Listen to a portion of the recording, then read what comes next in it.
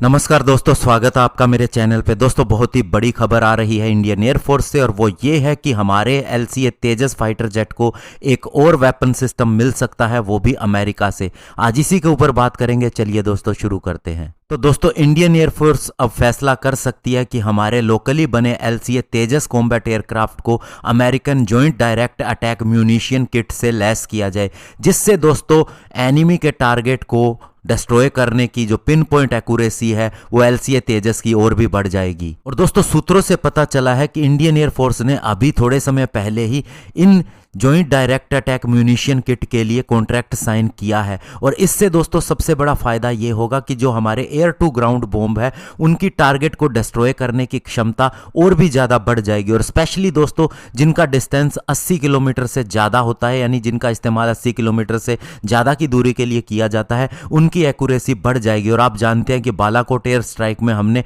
ऐसे ही बॉम्ब्स का इस्तेमाल किया था टेररिस्ट के ठिकानों को ध्वस्त करने के लिए, और अब हमारी क्षमता और भी बढ़ जाएगी।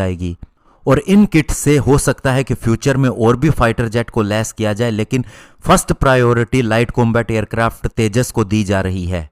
और दोस्तों, कहीं ना कहीं इससे फायदा ये होगा कि LCA तेजस एक स्टैंड ऑफ डिस्टेंस से टारगेट को डिस्ट्रॉय कर सकेगा, यानी कि वो दूरी जहां से हमें खुद को खतरा नहीं होता, या हम कहें कि किसी एयरक्राफ्ट अगर अटैक के लिए जाता है तो वो खुद ऐसी दूरी पे रहता है कि जहां से उसे शूट नहीं किया जा सकता और वो दुश्मन के ठिकानों को डिस्ट्रॉय कर सकता है। तो ये फायदा सीधा सीधा LCA तेजस को होगा। और दोस्तों, अभी रिसेंटली ही इंडियन एयरफोर्स ने तेजस फाइटर जेट को फ्रांस की Hammer air to ground stand off missile से भी लैस किया था, और साथ ही जो हमारी लोकली बनी Astra air to air missile है उससे भी लैस किया जा रहा है। और दोस्तों, ये इंडियन एयरफोर्स को जो वेपन सिस्टम मिल रहा है, ये मिल रहा है उन्हें जो गवर्नमेंट की तरफ से इमरजेंसी पावर दी गई थी, जिसकी वजह से वे जो चाहें खुद ही खरीद सकते हैं। कुछ एक उसकी अमाउंट होती है जिसकी लिमिट के अंदर वे इसे खरीद सकते हैं।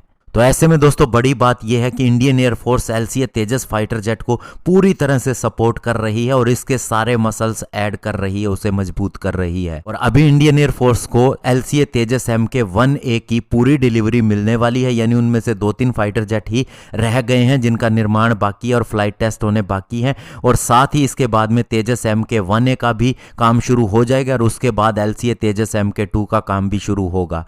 धन्यवाद। जय हिंद।